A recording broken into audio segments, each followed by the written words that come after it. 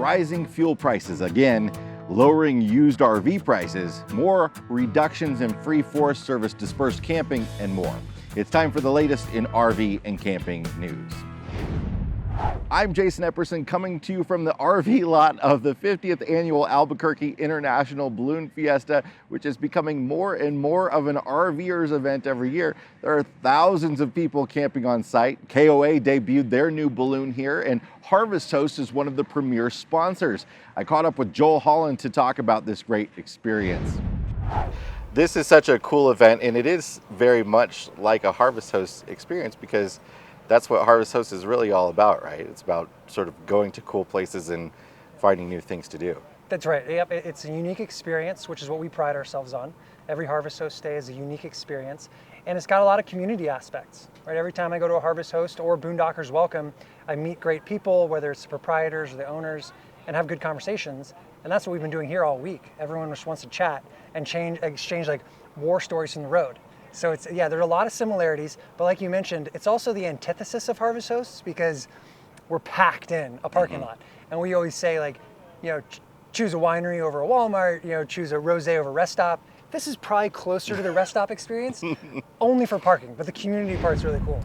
I have a full interview with Joel coming out in the next episode of the RV Miles podcast. Harvest Host is not only a sponsor of the Balloon Fiesta, they're also the sponsor of this video, and we'll have a code later on for the best discount that you can get from Harvest Host later in the episode.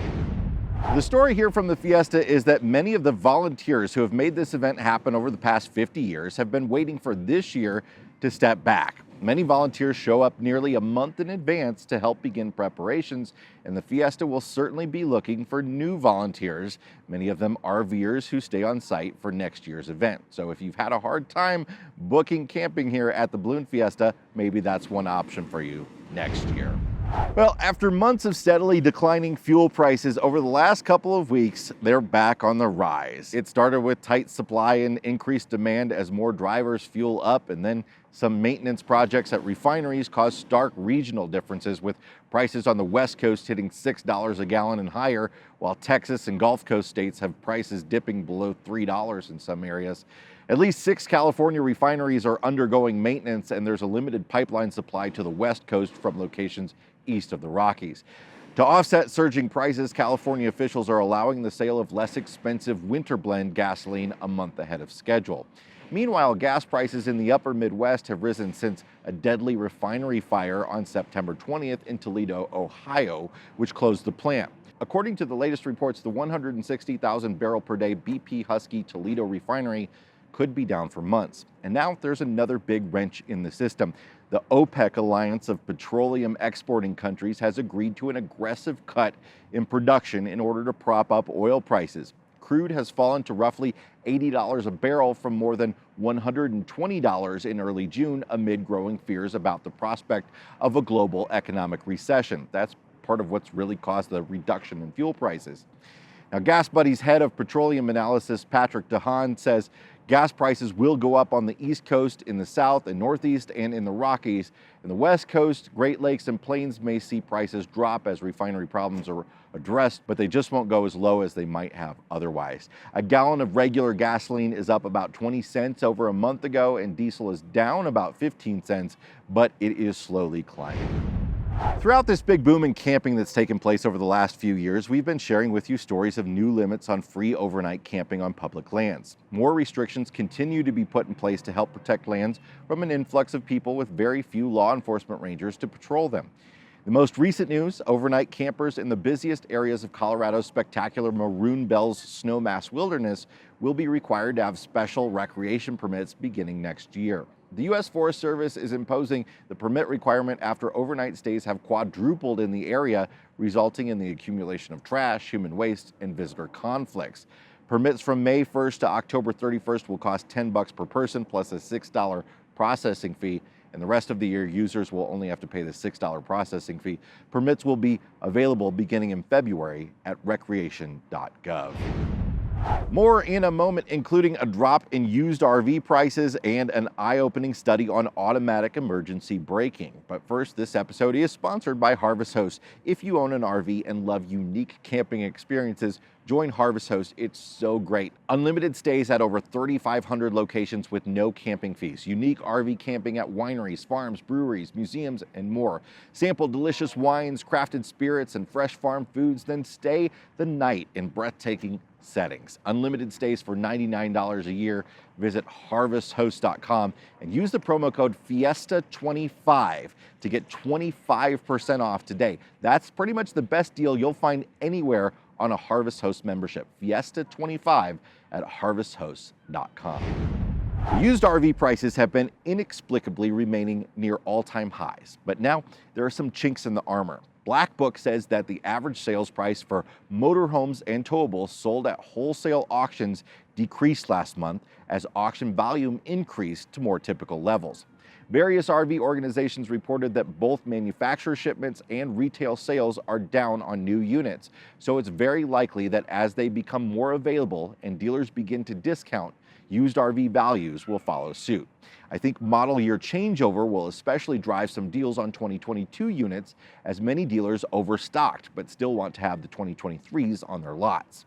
The average motorhome auction price was $69,000 last month, down about $10,000 from the previous month. That's a lot, and that's definitely the biggest decline we've seen on motorhomes in a long while. But it only brings us back to where we were about a year ago. Auction volume was up 23% from the previous month, and the average model year was a 2011. For towables, the average selling price was $20,500, down about $4,000 from a year ago. Auction volume was up 10% from the previous month, and the average model year was a 2016. Both motorhomes and towables are still selling at auction for dramatically more than they were 3 years ago prior to the pandemic. That's why I keep saying that for those expecting rock bottom prices on RVs as folks sell them off and the economy declines, there's a long, long way to go still. For their part, RV manufacturers have cut production over the last year by a third. Auto manufacturers too are facing some difficult headwinds. Cox Automotive cut its full-year new vehicle sales outlook to 13.7 million, down more than 9% from 2021, and the industry's lowest tally in a decade. It's the third time this year Cox has lowered its sales forecast, which initially stood at 16 million vehicles. Much of the pent-up demand from limited supply is quickly disappearing as high interest rates eat away at vehicle buyers' willingness and ability to purchase. Sales fell 8.9% at Ford Motor Company at the end of the third quarter, even as inventories grew behind an 18% drop in truck volume. Third quarter volume surged at General Motors but slid at Stellantis and Nissan Motor Company. GM's third quarter sales, helped by higher inventory, jumped 25%. Touted as life-saving, crash-preventing tech, automatic emergency braking is standard equipment on most new vehicles sold in the United States. Over the years, it's successfully stemmed rear-end crashes, which often result in injuries and even fatalities. But AAA wanted to know if the latest generation can handle higher speeds and detect moving vehicles across intersections, and there were some struggles to say the least. According to a AAA spokesperson, automatic emergency braking does well at tackling the limited task it was designed to do. Unfortunately, that task was drawn up years ago, and slow speed crash standards haven't evolved. These systems use forward-facing cameras and other sensors to automatically tell the car to apply the brakes when a crash is imminent. They have reduced rear-end crashes at slower speeds. But two of the most common deadly crashes at intersections are T-bones and left turns in front of oncoming vehicles. From 2016 to 2020, these collisions accounted for 39.2% of total fatalities in crashes involving two passenger vehicles. In AAA's tests, at 30 miles an hour, automatic emergency braking prevented a rear-end collision for 17 of 20 test runs, or 85%. For the test runs that resulted in a crash, the impact speed was reduced by 86%. But at 40 miles per hour, it only prevented a rear-end crash in 6 of 20 test runs, or 30%. For test runs that resulted in a crash, the impact speed was reduced by 62%, still potentially life-saving equipment. But in both the T-bone and left turn in front of oncoming vehicle tests, Crashes occurred 100% of the time. And worse, the car failed to alert the driver or slow the vehicle's speed at all. AAA is urging automakers and regulatory agencies to focus on improving systems to assist drivers in intersection-based crash scenarios, and they're encouraging drivers to know the system's limitations and remain engaged behind the wheel.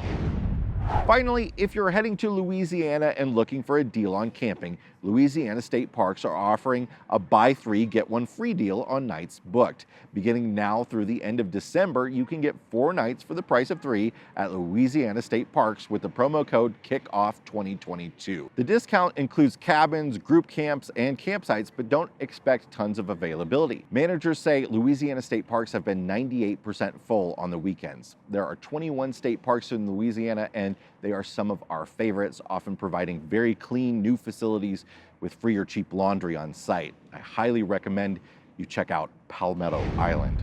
That's it for this week's RV and camping news. Hit the like button for the algorithm and sub for more, and we'll see you next time. I'm gonna go look at some balloons.